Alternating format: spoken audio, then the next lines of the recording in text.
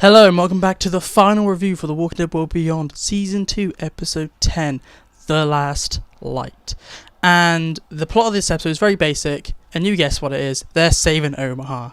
And the annoying part of this episode, it starts off with the kids. The first 10 minutes of the episode is focused completely on the kids mostly, and it really ruins it because I don't like the kids. The worst bit is, it starts off with a flashback to before they leave the campus colony, and apparently that's 2 months, and that really annoyed me. Apparently in 2 months, these 4 little shits were able to become badasses, and it feels really undeserved in that short amount of time. In the same time period, Carol was still pathetic, Laurie was still pathetic, Andrea was still pathetic. They all needed maybe a year to get into it. Rick was still kinda on the fences, not very good. He got a child killed, okay? And apparently these kids are apparently more adapted and well adapted. These kids come off, somehow they're little Shanes, apparently. It really annoyed me how they adapted so well. It's such a small part of the episode, like the first 1 or 2 minutes. And it really annoys me. It's like, oh yeah, the kids are believably, in 2 months, going to be like ultra badasses. It really annoys me. It feels really undeserved for these characters. It should have been longer. And I don't know how they crossed America in 2 months. I thought it would take like 6 months to cross America. It just really annoyed me, this really small part of the episode. And because of how it focused on the kids for this first 10 minutes, and then all the adult stuff happened, and all that action happened, and then the actual plot of the story ended, and they're like, hey, we're going to give like the half an hour like Game of Thrones length ending thing, or Lord of the Rings ending. The pacing was quite bad this episode. I'm being serious, the pacing was bad, okay? Like, we had the 10 minutes, I felt like 20 minutes with the kids, then we had all the fun action, like Huck versus Jadis, you had Felix versus that other guy, you had... I actually don't remember what else happens in this episode because the pacing's that bad and there's not much memorable. It's the final episode of the series and it wasn't very memorable. All I remember is what the 2 minutes I mentioned and the end credits scene, the endings. That's literally all I remember. I can't remember anything from the start because the pacing's quite bad. Like, it felt like I was watching it for maybe an hour or two because it just slowed down at parts, especially the ending where it slows down and it gives you like these in-depth details of what these characters got as an ending, how these go, and you're like, okay, I guess some of them, but I really don't care what Xylus did, and I really don't like his ending. It's kind of stupid. Like, the pacing is just bad. It's not a very good season finale. I'm being serious. It's a bit bland. It kind of fell on its face, in my opinion. The good parts of this is I quite do like the Jadis versus Huck fight. I think that was quite cool, and I really liked it. And there's a bit where you're like, oh wait, who's been hurt? And I really liked the shock. I don't like how because it's not a realistic fight. If you're fighting someone, you don't stop in the middle of a fight and have a conversation for a minute and then hit each other once and talk. That kind of annoyed me, that that dialogue just felt clunky. Like, no one in real life would fight, hit each other, and then sit there in a fighting position and talking for a good couple of minutes. What? That's not a fight. A fight is just a silent scruff. And I feel like it should have been like that. Not like the fight we got. It was a cool fight. But the talking kind of ruined it. And then going to Felix and the other guy fight. That was a good fight. Because guess what? It was just them hitting each other and killing walkers. That's how a real fight would have been like. Not with them hitting each other and having a conversation. The conversation part really annoyed me. But Felix's and the other guy's fight was quite cool. I really liked how Felix got rid of him. I didn't even feel like Felix could die. I had no tension with Felix. I was like, okay, I know Felix is going to survive because Felix goes Darth Maul and attaches 2 sticks together, and now he has 2 blades, and he just goes. And I'm just imagining him going vroom vroom whenever he swings it. That's what I'm doing. I'm just sitting him going vroom in my head because he's just sitting there like jumping around, being Darth Maul, stabbing walkers and stabbing him. That was quite a cool fight. But other than those big 2 fights, I was expecting more. I was expecting way more fights than just that. I was expecting maybe a Elizabeth Kubik versus Huck fight. That didn't happen. I was also expecting way more character deaths. This is the final episode. And we got only a handful, maybe 1 or 2 character deaths. And those were good character deaths. They were actually dealt well, unlike Percy's death. But I was expecting some of the little kids to die. And sadly, Iris made it out. She gets to go off and have an adventure, and you're like, no, Iris, no. And Xylus, he gets to go off and join the CRM, and you're like, no, you're very close to being in the Rick movies, please don't.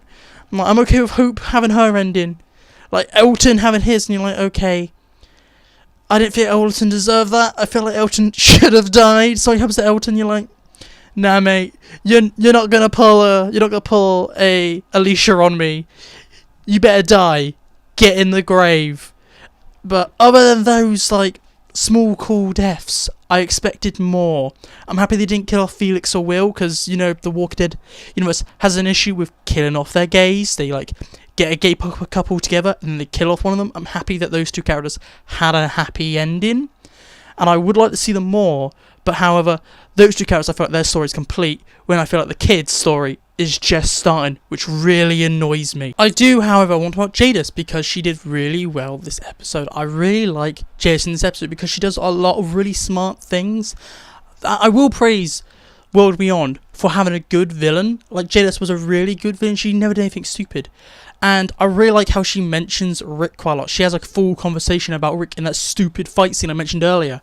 And I'm quite annoyed she didn't mention him by name. She just talked about how he was an A and she used him and he's like valuable and stuff like that, and you're like, okay, thank you. I was expecting a lot more Rick stuff, and on the Rick side there was very little. It's the last episode and there was very little Rick stuff. I was expecting a name drop, find out what's happening. No, we just kind of get told by Jadis that Rick's valuable to her. Rick helped to get this, Rick helped to get that, and that's all we learned. Like, Jadis was a villain. It was really cool. She made all the smart decisions. She never made anything stupid. Like, she couldn't find them. Then what she does? Jams the comms. Genius idea. And then go to the Rick side. It was just a lack of Rick side. This is meant to be a prequel to the Rick movies.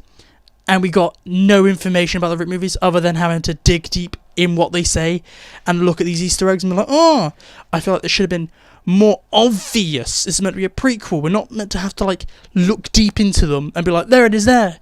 After we analyse the scenes, we should be told them like very explicitly, and we didn't. I'm so annoyed.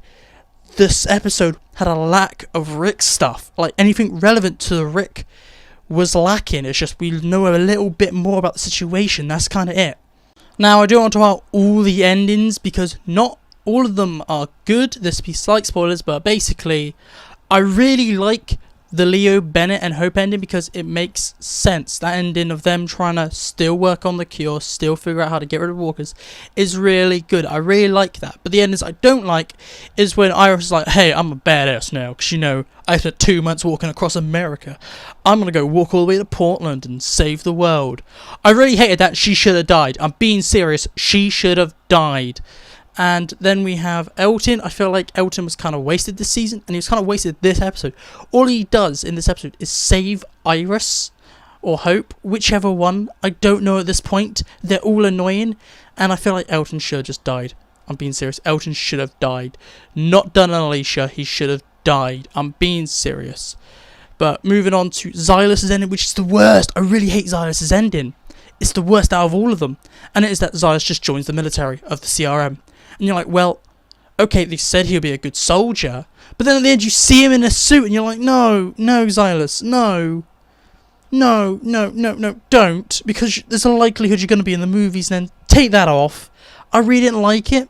Like, Jadis even calls him out on his bullshit, because she obviously knows he's lying, and I really like Jadis being like, okay, I'm just going to use you, and I'm going to make you forced to like what you're doing. I quite liked that.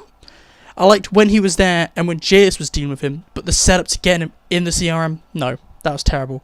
The best ending, though, was when Jadis arrests Elizabeth Kubelik. I really like that because it sets up Elizabeth Kubelik to be in the movies and to be a good guy. I really like how they're making Elizabeth Kubelik a good guy, and I really hope we see Jadis and Elizabeth Kubelik in the movies, and they have like kind of a reunion where they fight each other.